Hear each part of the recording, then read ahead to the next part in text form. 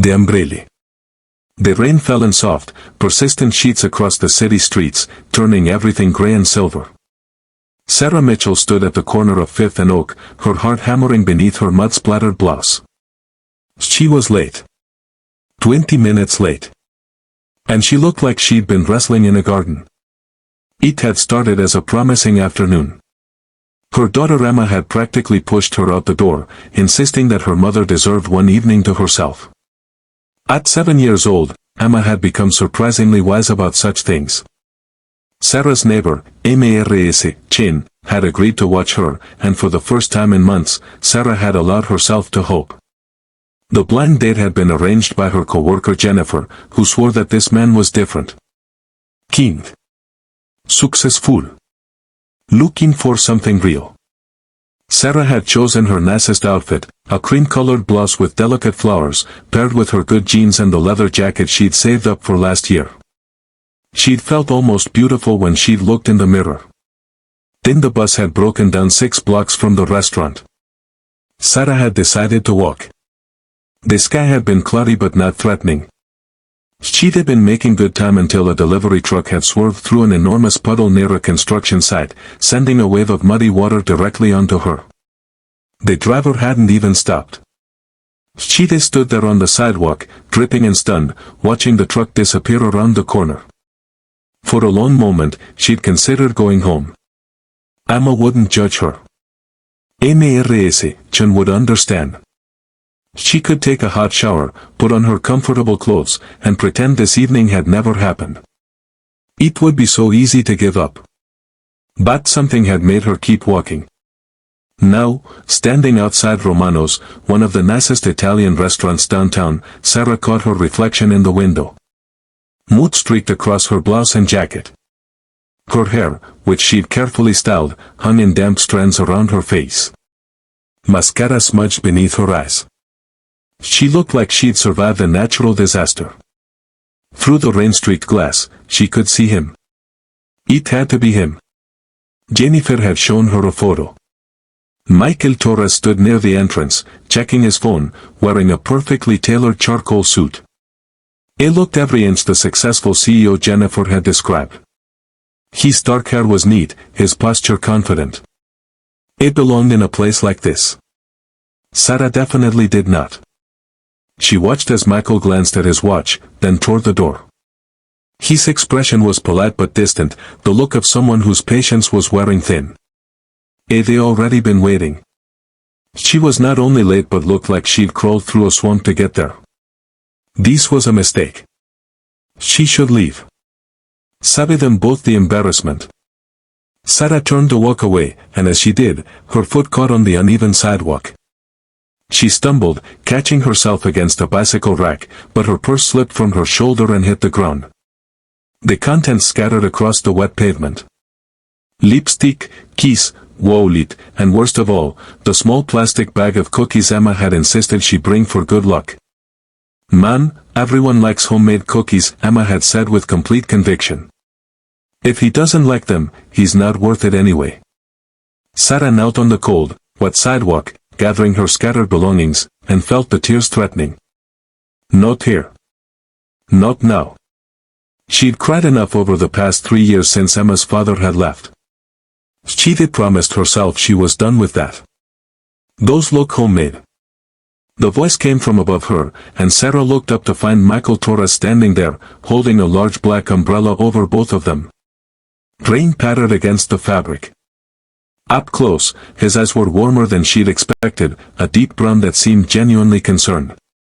The cookies, he continued, gesturing to the now soggy bag in her hand. Chocolate chip.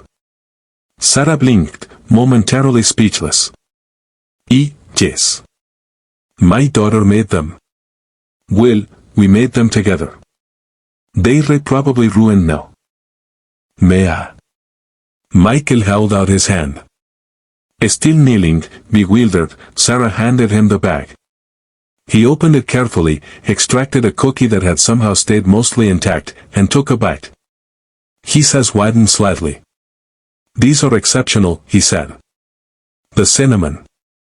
That's the secret, isn't it? Use the touch. You can taste that? Sarah asked, surprised. My abuela used to make them the same way.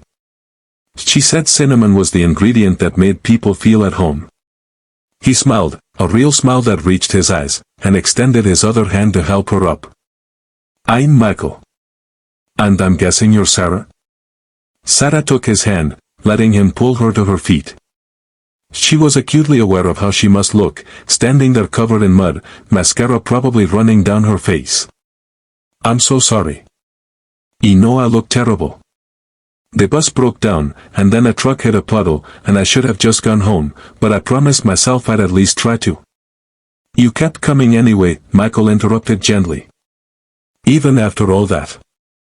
That's remarkable. That's one word for it, Sarah said, attempting a laugh that came out more like a sigh. Foolish might be another. Michael tilted his head, considering her with that same warm expression. The rain continued around them, but under the umbrella, Sarah felt strangely protected from it all. Can I tell you something? He asked. I was about to leave. I wouldn't blame you. No, I mean before I saw you. I was checking my phone, ready to text Jennifer that this clearly wasn't working out. Another blind date where someone doesn't show. Either convinced myself that maybe I was asking too much. That fitting someone into my life was impossible. It paused, rain drumming steadily above them. But then I saw you through the window. You were just standing there in the rain, and I could see you were debating whether to come in or run away. And I thought, that's the most honest thing I've seen in months. Someone actually weighing whether something is worth the risk. Sarah didn't know what to say. She stood there, dripping and muddy, holding a bag of soggy cookies, and felt something unexpected. Not embarrassment. Not shame. Something closer to recognition. I have a daughter, she said quietly. Emma, she's 7. She made me promise to give you these cookies because she said anyone who doesn't appreciate homemade cookies isn't worth my time. He almost threw them away a dozen times today because I thought they were silly. That you'd think I was unprofessional or childish. Are you kidding? Michael's smile grew wider. Do you know how many business dinners I sit through where everyone's trying to impress everyone else?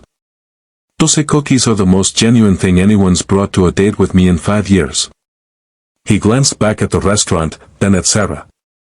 Look, I have a reservation at Romano's, and I'm sure they'll let us in despite the mud situation. But honestly?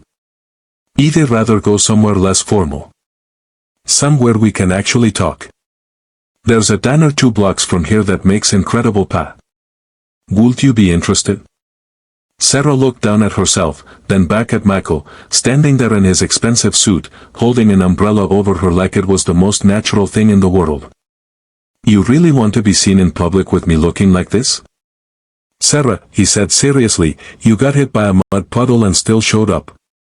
That tells me more about who you are than any perfectly curated date ever could.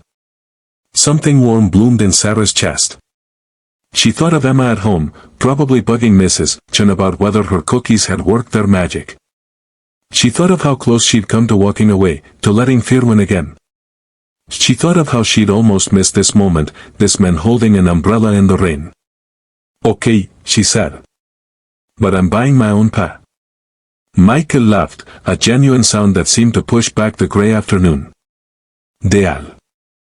Dog, I'm definitely getting a second cookie first. As they walked together down the rainy street, sharing the umbrella, Sarah realized something important.